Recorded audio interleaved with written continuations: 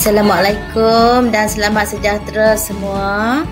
Okey, Cikgu harap semua sihat ya dan bersedia untuk memulakan PDPC kita pada hari ini. Okey. So, tajuk bengkel kita pada hari ini, bagi je Raja Wara dalam talian bersama cikgu. Hari ini adalah petua 1 ya, petua 1 teknik menjawab sains rumah tangga bagi tahun 2020. Okey. So,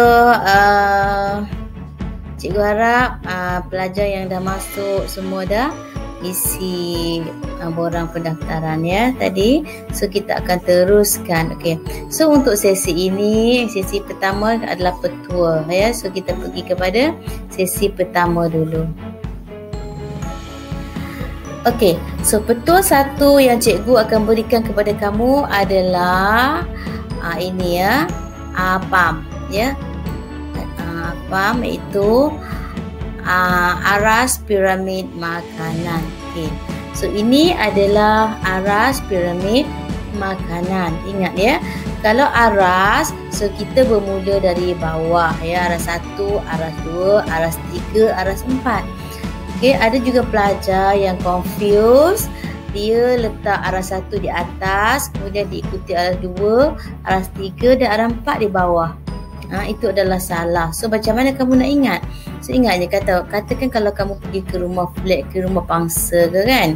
So bila kamu pergi, kamu masuk, so kamu terus berada di aras 1 ya, bawah, kemudian aras 1, aras 2, aras 3. Samalah yang kamu kena ingat dekat sini macam tu. Okey. So, kenapa cikgu katakan sebagai petua 1 APAM? Okay. Kalau kamu tengok ya, untuk APAM ni, aras piramid makanan ni ya, so terdapat pelbagai soalan ya yang boleh ditanya ya daripada aras piramid makanan ini.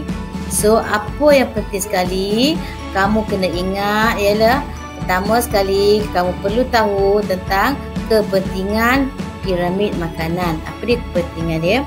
Kegunaan dia apa dia, kemudian corak pemakanan yang ada pada setiap aras, kemudian nutrien serta contoh makanan bagi setiap aras serta bilangan sajian. Ini antara fakta yang memang kamu kena hafal ya, memang kena hafal. Dan pelbagai soalan, bentuk soalan yang boleh ditanya. Kita akan tengok sekejap lagi. Okey. Sementara tu, cikgu nak terangkan kepada kamu untuk aras 1. Okey, di bawah ni aras 1. Okey, makan secukupnya. Okey, makan secukupnya. So, makan secukupnya ni kalau kamu tengok is a very subjective ya, sebab secukupnya bagi A, katakan dia lebih gempal, B kurus kan. Dia makan dah cukup untuk dia. Mungkin kurang bagi pada orang B. So itu adalah very subjektif. Dia makan secukupnya bagi individu yang berkaitan ya. So untuk aras 1, dia membekalkan vitamin, garam mineral, pelawas ya, sedikit protein dan kaya dengan karbohidrat ya. So kemudian aras 2 kita naik sikit. So aras kedua. Okay, so aras kedua dia kata makan banyak. Jadi aras 2 ni kaya dengan garam mineral, vitamin dan pelawas. Apa dia kat situ? Sayur-sayuran dan buah-buahan. Okay, kamu kena tengok ya, untuk makanan buah-buahan ni, sayur-sayuran ni dia berada di aras 2. Kemudian aras 3 makan sederhana. Sebab apa? Sebab dia kaya dengan protein ya, protein, vitamin B kompleks, ferrum, zinc, magnesium ya. Okey, apa dia kat sini? Cuba tengok kat sini kita ada ayam, ada ikan, susu, daging, keju dan sebagainya ya. So untuk aras 3 makan sederhana dan aras 4 makan sedikit. Sebab dia kaya dengan lemak, dengan minyak, gula, serta dan dimakan dalam jumlah yang sedikit sahaja. Okey, untuk petua 1 aras piramid, ingat perkataan APAM ya, APAM. Okey, so cuba seterusnya. Cuba kita tengok contoh latihan. Okey, Dengan berpandukan piramid makanan tadi, sila beri cadangan menu diet seimbang untuk minum petang yang boleh dimasak dengan menggunakan kaedah memasak haba lembab. Bahan yang digunakan dalam resepi ini hendaklah terdiri daripada keempat-empat aras yang terdapat di dalam piramid makanan. So, bagi menjawab soalan ini, kamu perlu membuat sedikit analisis. Okey. So, kamu kena gariskan kalau kat dalam peperiksaan nanti, kamu kena gariskan keyword dia. Dekat sini kita tengok ni keyword pertama, menu diet seimbang. Di sini ada 3 perkataan menu. Dia mungkin boleh tanya juga apa dia menu Kemudian diet, apa dia diet? Kemudian diet seimbang. Okey, pertama ni dia boleh tanya tentang menu. Okey, kedua juga soalan pendek bahagian A, dia boleh tanya tentang diet, apa dia diet? Okey, kemudian dia juga boleh bertanya apakah dia diet seimbang. Okey, so kamu kena tandakan dekat untuk keyword yang pertama. Seterusnya kita tengok sajian untuk minum petang. Dia ada banyak sajian, minum petang, sarapan pagi, makan tengah hari, malam, semua tu. So ini dia dah nyatakan untuk minum petang. So maknanya sajian yang sesuai kamu kena pilih So ini adalah keyword yang kedua Okey, seterusnya yang boleh dimasak dengan menggunakan kaedah memasak haba lembab. Di sini dia nyatakan kaedah memasak haba lembab. Ini adalah keyword yang ketiga So kamu kena jugalah gariskan kaedah memasak haba lembab. Okey. So prinsip memasak boleh dibahagikan kepada 3 kaedah Prinsip memasak, ingat boleh dibahagikan kepada 3 kaedah, iaitu haba lembab, haba kering dan pancaran gelombang makro. So di sini dia nyatakan yang kamu kena pilih satu menu untuk minum petang dengan menggunakan kaedah memasak haba lembab. So dekat sini kalau kamu tengok kaedah memasak haba lembab dia ada 8 jenis. So kamu boleh pilih kaedah mana yang sesuai yang digunakan untuk kamu punya menu nanti. Okey. Seterusnya, bahan yang digunakan dalam resepi ini hendaklah terdiri daripada keempat-empat aras yang terdapat dalam piramid makanan. So bermakna di sini kamu kena pilih satu sumber daripada setiap aras. Cuba kita tengok. Dia nak kamu pilih satu sumber daripada setiap aras. Tekan dekat sini seperti mana yang cikgu bagi video pada kamu hari tu untuk amali. Kita masak apa? ABC chicken pau. Okay, so katakan kalau untuk ABC chicken pau, katakan kamu punya menu adalah ABC chicken pau. Di sini untuk aras 1 kamu guna apa? Tepung gandum. Okey, kamu ambil tepung gandum. Okey. So untuk aras 2 kamu nak ambil apa? Kamu guna apa itu? Kamu guna sayur-sayuran, kamu guna bawang. Bawang tu adalah salah satu sayur-sayuran lah So kamu guna sayur-sayuran. Kamu guna apa lagi? Serbuk daun kari dan sebagainya. Okey. So untuk aras kedua, aras ketiga chicken ABC chicken pau. Chicken. So maknanya untuk aras ketiga ni kamu guna chicken kamu guna ayam Okey, ayam. Nampak tu ayam. Okey. Dan aras keempat pula kamu guna apa? Kamu guna minyak kan? Kamu guna gula dan sebagainya. Okey. So maknanya kamu perlu menggunakan satu sumber, satu bahan untuk setiap aras bila kamu nak masak menu yang telah ditetapkan. So setiap arah kamu kena pilih satu. Okey. Seterusnya, okey. Apa dia maksud diet? Kamu kena tahu dulu. Okey. So diet bermaksud pengambilan makanan oleh individu, ya, untuk meningkatkan dan memelihara kesihatan tubuh badan. Okey, amalan pemakanan berdasarkan peruntukan diet harian seimbang yang disarankan adalah berdasarkan kepada piramid makanan. Itu adalah maksud diet seimbang. Okey. Manakala itu maksud diet. Okey. So sekarang maksud diet seimbang. Diet seimbang pula bermaksud pengambilan makanan yang mengandungi, pengambilan makanan tadi diet pengambilan makanan oleh individu.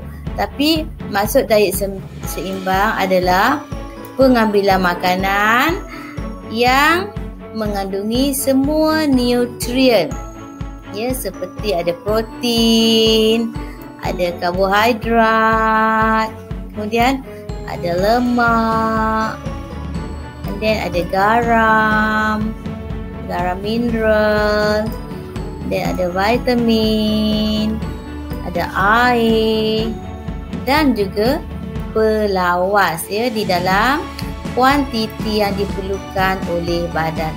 So kamu cuma tambah di sini saja. Ni boleh pengambilan makanan, tambah yang bulat-bulat ni di sini oleh individu. So maka jadilah dia diet seimbang. Okey. So dalam pinggan tu, itu adalah contoh sumber makanan untuk diet seimbang. Ini ditunjukkan dalam pinggan. Dia samalah juga yang tadi ditunjukkan di dalam apam ni, ya, aras piramid makanan. Okey. So sekarang kita tengok lagi antara tip diet seimbang. Okey, ini dah dituliskan, ya. Kalau kamu tengok dekat sini pun dia dah bagi tip-tip di sini. Sama je, ya, sama je sebenarnya, ya. Okey, so makan nasi dan produk berdiri secukupnya. Aras berapa ni? Okey. Kemudian kurangkan pengambilan garam dan gula. So aras yang keempat. Kemudian makan banyak sayuran. Ini aras ke berapa? Aras ke 2. Okey, seterusnya makan ikan, daging secara sederhana. Kemudian ambil susu dan produk tenusu secukupnya. Kemudian kurangkan pengambilan minyak tepung dan kolesterol. Ini adalah antara diet seimbang. Okey, dia mungkin boleh tanya soalan yang terus, ya. Senaraikan tips yang boleh diberikan ataupun apa-apa sajalah soalan. Tapi yang penting sekali, kamu kena tahu fakta.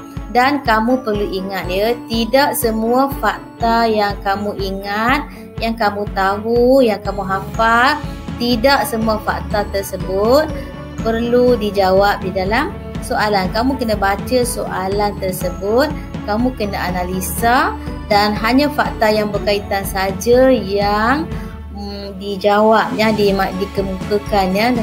Yang tak terlibat tu tak perlu jawab. Okey. Sekarang kamu kena memasak, ya, dengan menggunakan kaedah memasak haba lembap. Okey.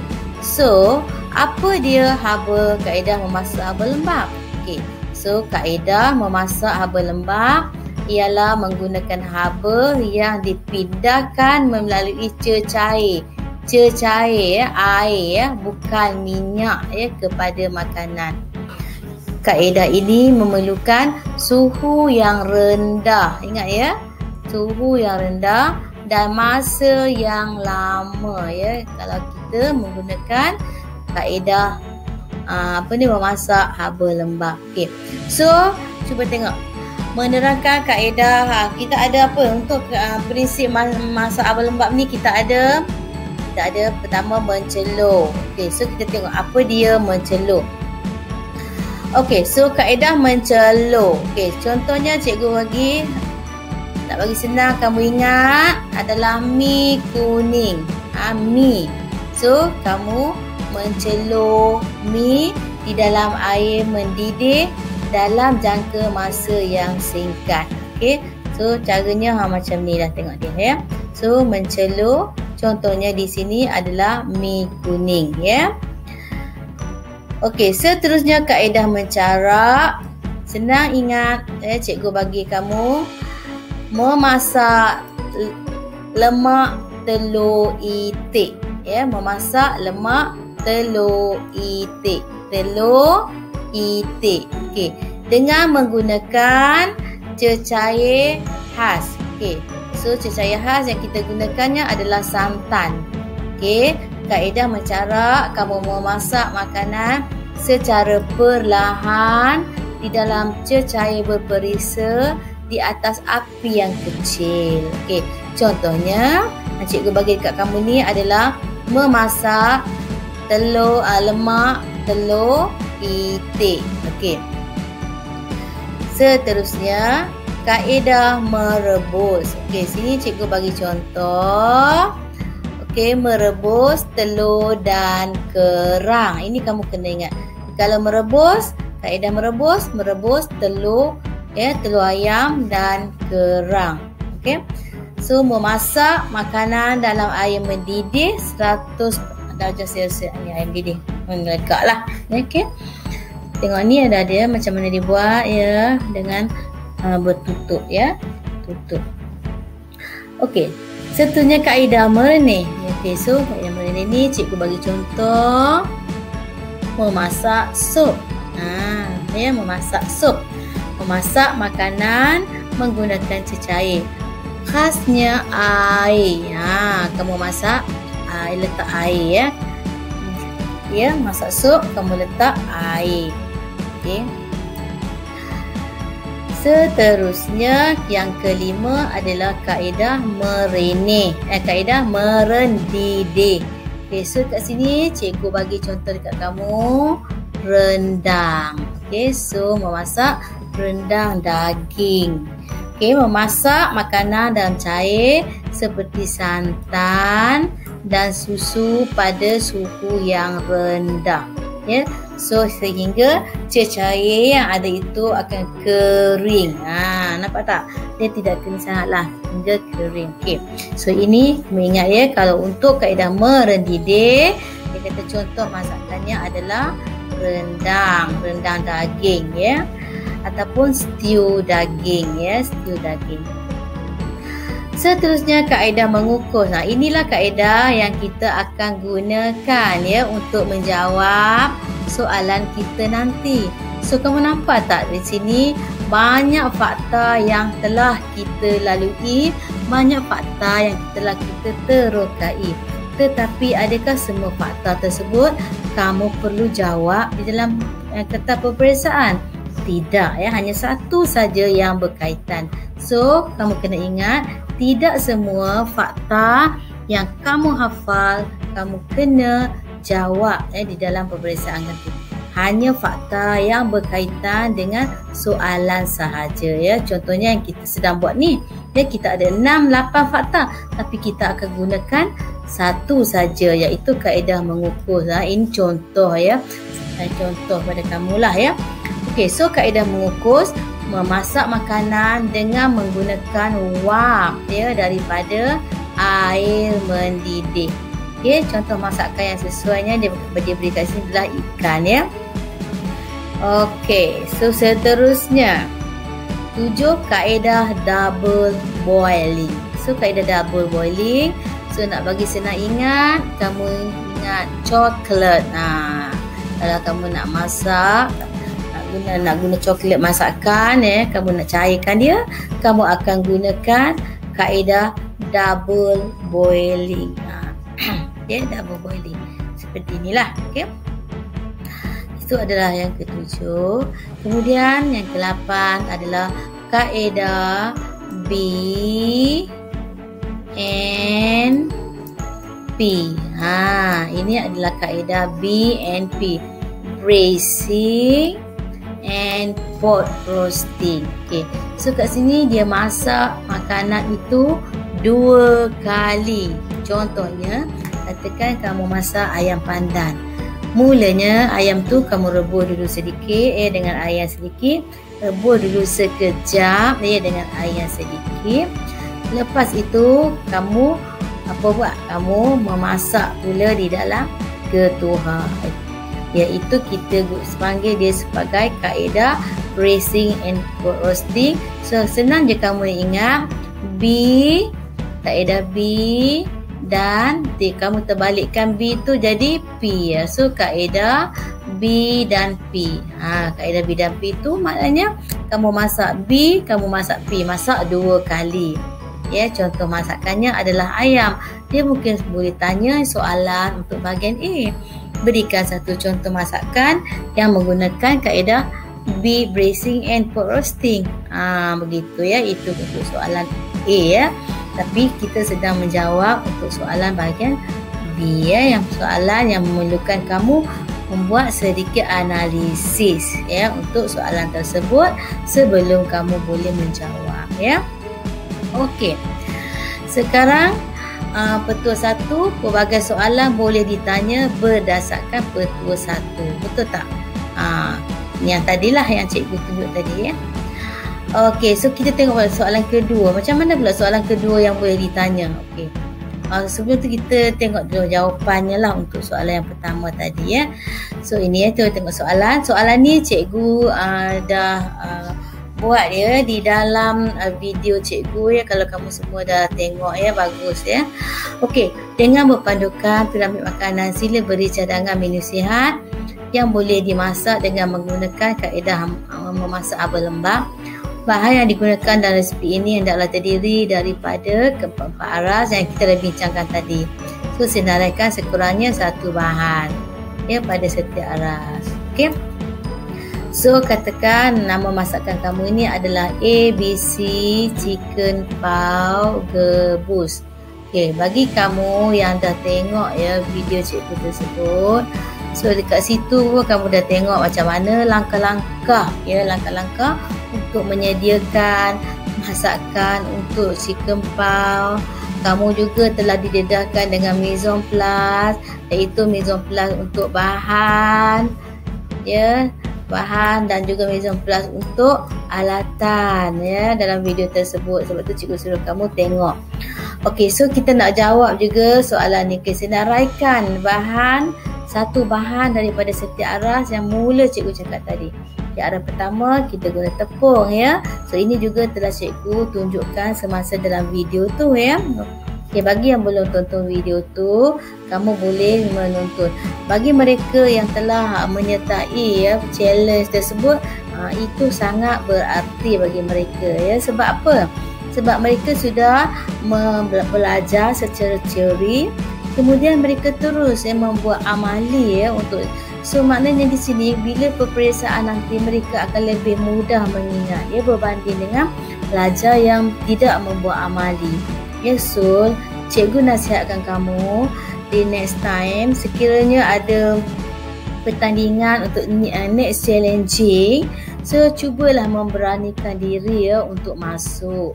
Sebab pertandingan ini pun adalah percuma kamu tak perlu bayar apa-apa pun Kamu masuk percuma sekadar untuk belajar dan juga nak challenge diri kamu sendiri sebab ini bagus untuk kamu Kemudian untuk aras 2 kita guna sayuran-sayuran iaitu bawang daun kari 2 Kamu bagi 1 pun dah cukup. So kita guna bawang.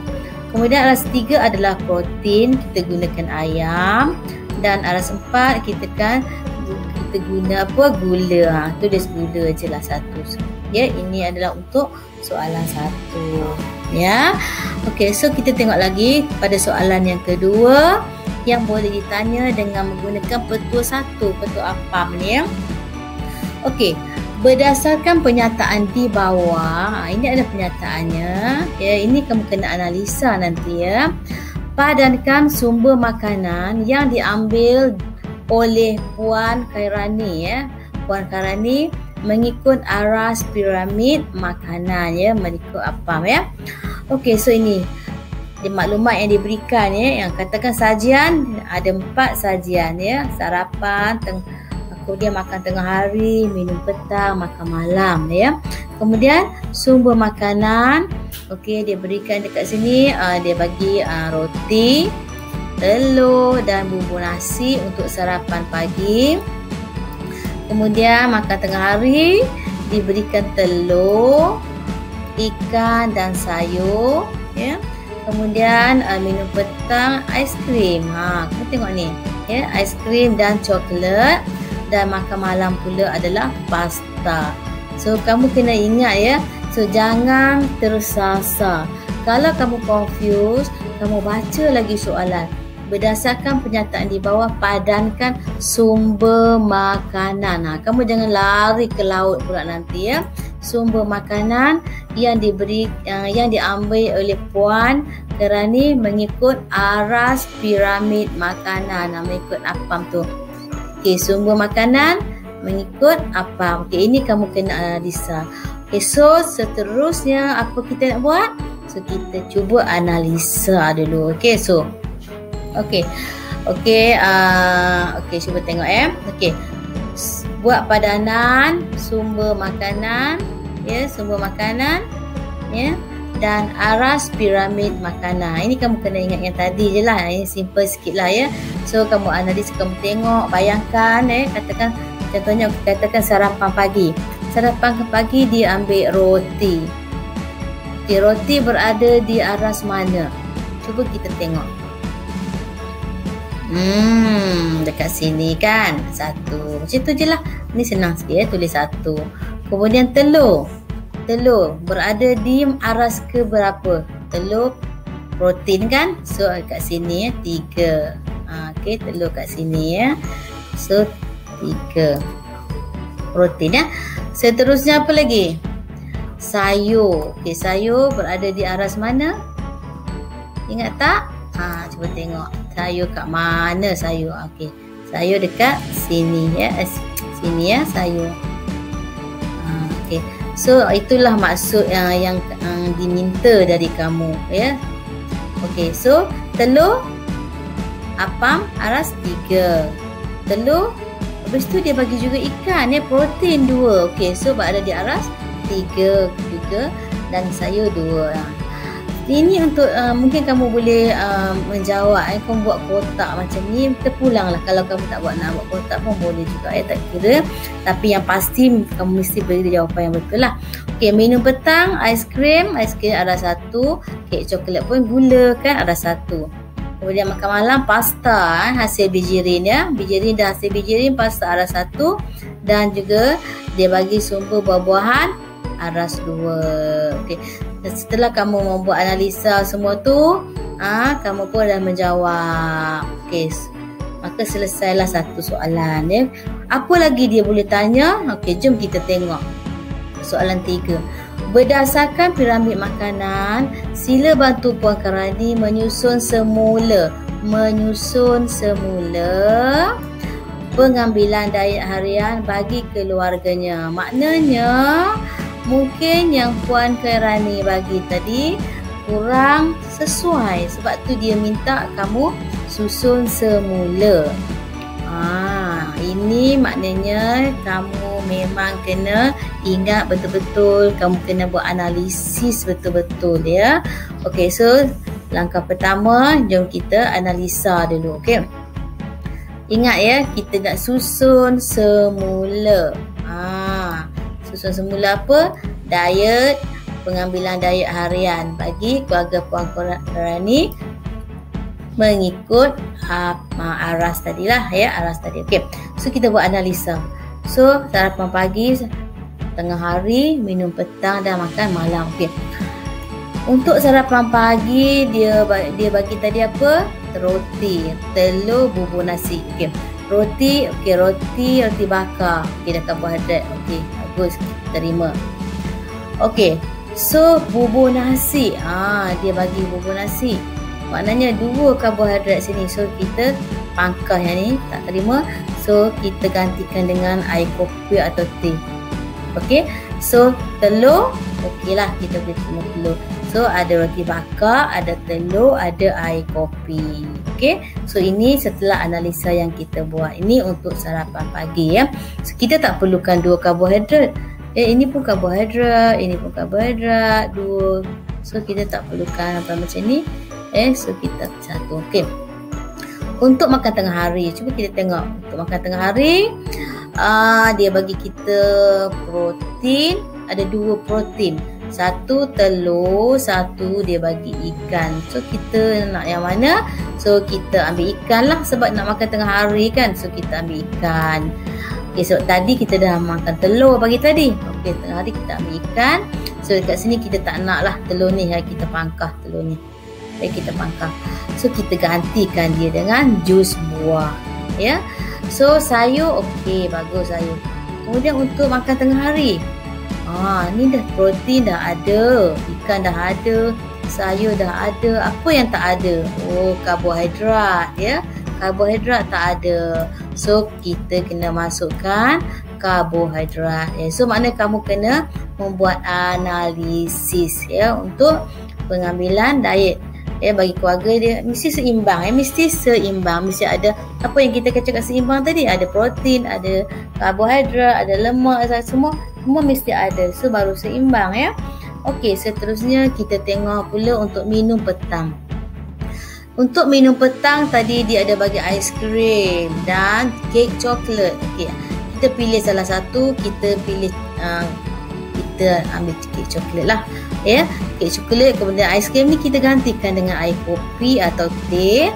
Kek coklat ni dah manis, so kita ambil sandwich lah ya, sebab sandwich ni dia ada sedikit rasa savory, dia sikit ada pedas sikit. Okey. So kita ambil maknanya untuk minum petang ni kita ada air kopi, kek coklat dan sandwich ya. Okey. Okey, seterusnya untuk makan malam pula ya. Untuk makan malam kita dia berikan pasta, kemudian diberi buah-buahan. So kita masukkan salad ya, salad kepada buah-buahan. So kita masukkan salad buah-buahan sesuailah dengan pasta ya, dan kita juga cadangkan jus tembikai. Okey. So maka inilah ya penyusunan semula ya pengambilan diet yang baru ya bagi keluarga Puan Khairani mengikut aras piramid makanan. So the next apa kita nak buat? So kamu jawab dan kamu susun semula ya supaya dia nampak cantik. Hari ni awak tak cantik kan? Awak ni awak raih lah, awak pangkah lah apa semua. Ini kamu jangan takut. Ini kamu conteng aja kata soalan yang kamu dapat tu tak ya. Conteng aja ya. Sekiranya jangan takut. Kemudian kamu susun semula. Ni kita tulis cantik-cantik, kemas-kemas supaya pemeriksa senang nak tanda. Okey. Cuba tengok ya, kita susun semula.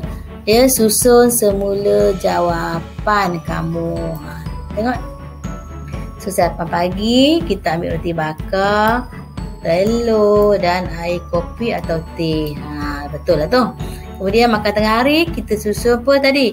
Kita letakkan jus buah-buahan, kita letak ikan, protein, sayur, kemudian kita letak karbohidrat. Kemudian untuk minum petang pula kita ada air kopi, teh. Kemudian kita ambil kekalkan kek coklat tadi. Kemudian kita cadangkan sandwich telur ya, sebab ini dah manis. Ambil ini rasa savory sikit. Okey. Kemudian untuk makan malam ya, kita ada pasta. Kita kekalkanlah pasta, ataupun kalau dia nak laksa pun boleh lah kalau nak makan laksa kan, tapi sebab itu dia dah bagi pasta, so kita kekalkan pasta. Kemudian dia bagi buah-buahan, so kita masukkan salad. So kita masukkan salad buah-buahan, barulah dia dapat ngam ya dengan pasta tu ya. Kemudian kita berikan dia air, so kita berikan jus tembikai ya untuk Puan Khairani. Okey, so inilah ya jawapan kamu. Okey, so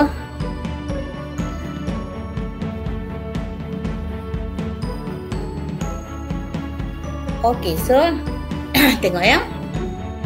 Daripada aras makanan ni, aras piramid makanan ni, ya, ada 3 soalan ya yang telah kita bincangkan tadi, dia boleh dikeluarkan ya. So ingat ya, untuk bengkel 1 ni kamu ingat APAM ya, APAM ya.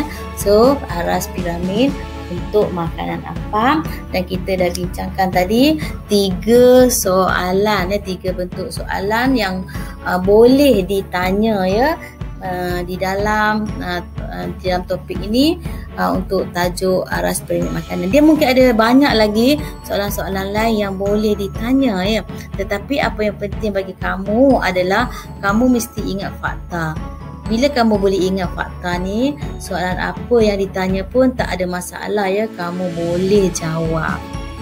Okey, so dan lagi satu cikgu nak ingatkan kamu ya, seperti mana yang cikgu cakapkan tadi, bukan semua fakta yang kamu hafal akan dijawab ya di dalam kertas peperiksaan. Tidak ya, kamu kena tengok soalan ya, seperti mana yang kita buat tadi.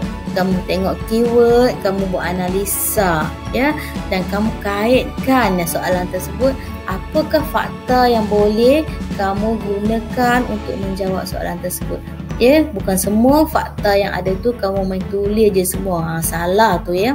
So kamu pilih fakta yang berkaitan saja, yang perlu dijawab ya, yang berkaitan dengan soalan yang ditanya ya. Okey, so cikgu rasa untuk kali ini mungkin setakat itu saja dulu. Okey, tentang aras piramid makanan ya. So petua 1 cikgu bagi dia APAM ya, untuk Jerajawarah 1 ini ya. Okey, so ada bengkel 1, petua 1 ialah APAM ya. So banyak yang dah kita bincangkan, dan ingat ya, semua yang kita bincangkan itu tadi boleh digunakan untuk menjawab dalam peperiksaan. Tetapi segala yang kita bincangkan tadi itu perlu ada di dalam kotak fikiran kamu untuk menjawab soalan yang ditanya ya. Okey, sekian, itu sikit panduan daripada cikgu. Okey, insya-Allah kita jumpa lagi ya di lain video yang seterusnya. Okey, sebelum cikgu menutup tirai, cikgu mohon maaf sekiranya terdapat kata-kata yang tersilap ke, tersasul ke, penat ya, semua mohon maaf ya. Okey, so and good luck, dan tolong buat persediaan rapilah untuk menghadapi peperiksaan bagi pertengahan tahun. Kerana saya dapat tahu ada juga pelajar tingkat 4 kan yang bersama cikgu dalam meet ya untuk belajar. Sangat bagus ya. Okey, sekian dulu cikgu.